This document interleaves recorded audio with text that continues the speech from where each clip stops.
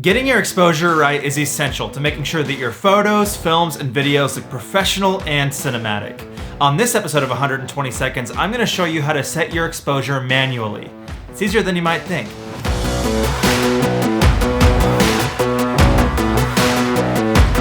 It's easiest to think of exposure like a triangle, where all sides need to be balanced.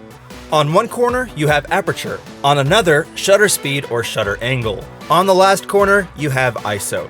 I'll explain each of these in detail before we learn how to balance them. First, let's talk about shutter speed. We'll get to shutter angle in a minute. Shutter speed is the amount of time that the sensor is exposed to light for each frame. If you're shooting at 24 frames per second, your shutter speed can naturally only max out at 1/24th of a second. But you can make the shutter speed as fast as you'd like from there. To achieve a cinematic, filmic look, you should try to stick with a shutter speed that's about double your frame rate. A higher shutter speed will give you less motion blur, which is great for sports or action scenes. And a slower shutter speed will give you a lot more motion blur.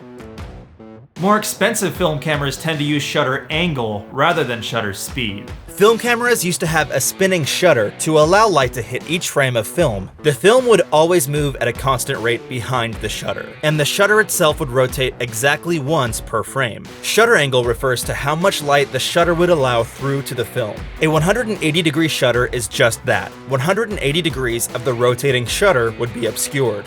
As you can see, this would calculate to a 1/48th of a second shutter speed at 24 frames per second. A 90-degree shutter would equate to a 1/96th shutter speed, and so on. Now that we've got that out of the way, we can discuss aperture and ISO. These are a little bit more straightforward. Aperture is simply how much light a lens allows through to the sensor. This lens has a manual aperture, but lenses with a digitally controlled aperture are usually measured here.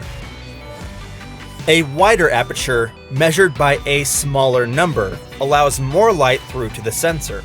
A smaller aperture, measured by a larger number, allows less light through to the sensor.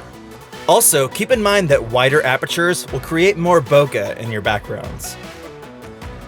Finally, let's talk about ISO. ISO is simply defined as the electronic sensitivity of your sensor. Higher ISOs make your sensor more sensitive to light, but be careful. The higher you go, the more grain or noise will be introduced into your image. Now that you understand shutter speed, aperture, and ISO, you can learn how to balance these to achieve a correct exposure. For instance, if you want your backgrounds really out of focus, you'll need to open up your aperture. This will create a brighter image, so you'll have to compensate with bringing back your ISO or increasing your shutter speed. Conversely, if you want to create a really sharp-looking image for sports or an action scene, you'll have to increase your shutter speed or shutter angle. Likewise, you'll have to compensate either by opening up your aperture or increasing your ISO.